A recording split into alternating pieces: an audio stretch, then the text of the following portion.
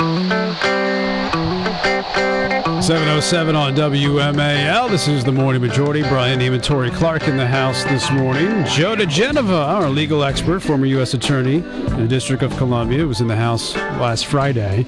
We survived the rapture, by the way, Joe. Congratulations. Yes, I feel so much better. Yes, so do I. Well, I woke up this morning with either a tick or a bed bug on my body, so I don't really feel like... We've been here at the household on the Eastern Shore listening, and we have decided that you need antibiotics no matter which it is. Is that right? ASAP. I think that's a good idea. Because if it is a tick bite, then you've got to worry about the funny little disease that hangs around for years, and the only way to treat it is immediate antibiotics. Oh, no, so now I have to go to the doctor. Yes, you got to go see the D. And I have to go figure out if I have bed bugs or a tick problem, and if I have bed bugs, then Tori says I have to burn my house down. Why don't you have a pre-July 4th bonfire in your backyard and burn the mattresses? I was going to ask you if you knew anybody, in your prosecuting days who may be able to, burn my house down and exchange. Yeah. No. Help them with a problem. That would be somebody from 60 Minutes, one of their guys that they use for the mafia pieces. Right. All right. On to a more serious and pressing issues. The War Powers Act. We were just talking with Bing West, and he said, what? It's pointless. It means absolutely nothing. It's useless, and it has expired in Libya, essentially, where the president has 60 days essentially to get approval from Congress or to continue it. Does it make a difference at all? Is he right? No. Is it pointless? No, it makes no difference whatsoever. And in fact, it's fun to watch Jay Carney just sort of flick it off his little finger thing. It's like a bug on his sleeve. He says, "Oh, piffle! It's just the War Powers Act. This is such an insignificant use of military force that the act doesn't even apply." Remember, the War Powers Act was introduced by that famous Wisconsin politician Clement Zablocki in 1973. You'll notice that it was a fully Democratic Congress, House and Senate, Republican President Richard Nixon. Mm-hmm. They never thought to introduce the War Powers Resolution while Kennedy and Johnson were presidents, who started the war, deepened the war. Nixon ended the war. But nonetheless, this is what we call an appendix, that part of the human body that is useless but can cause a lot of pain. Yeah, right. The War Powers Resolution is a useless appendage, serves no legal purpose, unenforceable. It is a political weapon to be used by parties in opposition. But since the Republicans believe in presidential power and the Democrats do not, the Democrats have to be quiet because their president is a Democrat. All right, but the bottom line is nothing's going to happen, and we can stay in Libya for as long as the president wants? We can stay as long until Dennis Kucinich introduces an impeachment resolution, and then even beyond that. Now, Joe, in your mind, is there any kind of War Powers Act, say a 21st Century War Powers Act, that would be relevant? Power of the purse. Don't fund. Right. That's Congress's power, and its only power, is to defund things that it doesn't like. The Republicans are in the course of doing that now in the House. They're defunding huge numbers of programs, even the military. And so the answer is Congress's power is the power of the purse. It's the only power it has other than impeachment and conviction and removal from office. But does that mean that the President of the United States has the ability, the power, the legal authority to use force on another country without getting approval from Congress? In reality, the answer to that is yes. As you know, Republican presidents have sent troops to the Caribbean without authorization from Congress. Ronald Reagan did it. He sent, the truth is, this is a political question, and it depends upon how much political power a president has at any given time. If he or she is up, they can do basically whatever they want. Congress is weak and useless as an institution for controlling quickly anything. It was designed not to move quickly. But they can cut off money, and they never want to do it because they have politically do not have the cojones to do it. Right. They can cut off power, and the other recourse is always impeachment as well, which it's not going to happen in this particular case. But not with the Houses split.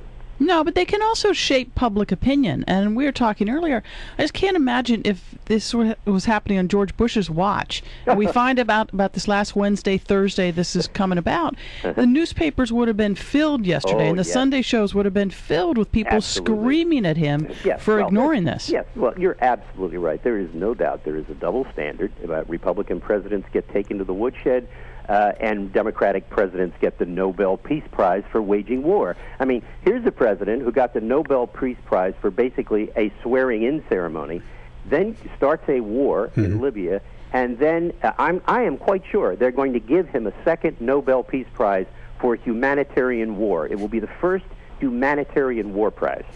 Yeah. Did you read the article in the Post this weekend about Jack Johnson? Yeah, that was tasty, wasn't it? What a piece of work he is. I mean, Class A thug. $400,000 that he apparently received that we know about over the years in exchange for gifts. I mean, the Post was talking about how he would call up a doctor and the doctor would say, I've got your medical records if you want to stop by the office later today. And that, of course, was code for I've got your check. Right. How long is he going to go to prison? He'll have to do at least 5 years. Just 5 years? Beg pardon? Maybe just 5 years? Could be maybe. He has no past record. I think the biggest problem is going to be the amount of money that he took over time. That's going to up the numbers. He could get 10 to 12, but, it's going to be tough. I'm sure there are going to be legions of people showing up in court at his sentencing, talking about all the great things he did as county executive and, quote-unquote, as a prosecutor. Now, mind you, he was a prosecutor, so this really delves into the depths of hell in terms of public conduct. I mean, this guy is a Class A thug, shakedown artist. I mean, just the world's worst.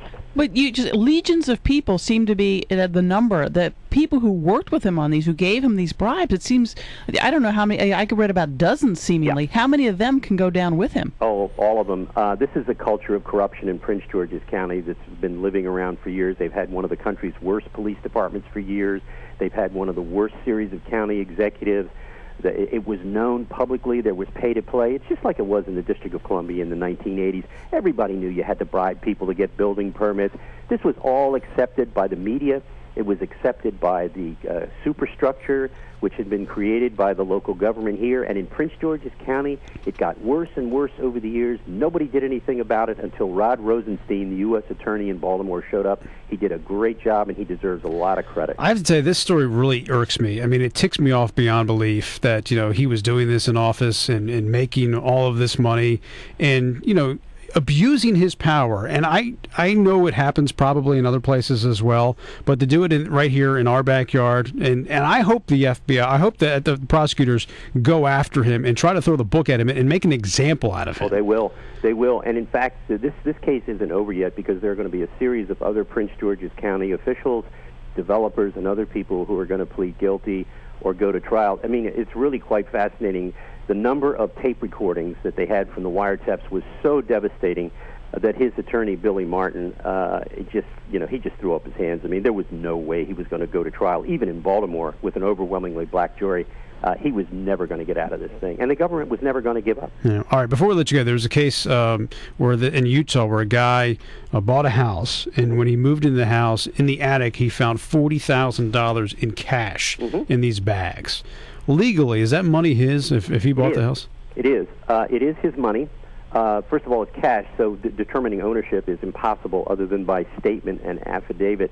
One of the things you would do is look on the face of the bills, and on the face it says Series 2008, Series 2006. Okay. You'd have to look on there and see what the dates were on the bills. Then the people who sold the house, if they wanted it, they would have to be able to figure out a way to make a claim, but they would have to do so by filing a lawsuit. Then the question would be for the IRS, how did they make this money? Yeah. Was it ever reported? Actually, if you're a homeowner and you find cash in your house, just shut up and keep it. Right. Because you're never going to be taxed on it. And if, however, you decide that it is your money and you don't want to give it to the former owner, then it's income and you must report it. That's what I was going to say. He found the money and he wants to give it back to the previous owner. I don't know if the previous owner is still alive or not. I think he told the family members. So if he gives it to them, then they have to pay taxes on it because it's a form of income? Absolutely. No good deed goes unpunished. Anytime you transfer money to anybody, it has a legal consequence under the tax code. Now, it may be a gift, it may be this, it may be that, but that's why if he had found this and just put it in his pocket, end of game. But once you announce that you have it, then determinations have to be made about who owns it, how was it obtained, and if it's transferred, who ends up paying taxes. Every single movement of money has a tax consequence. Unbelievable. All right, Joe, good to talk to you as always.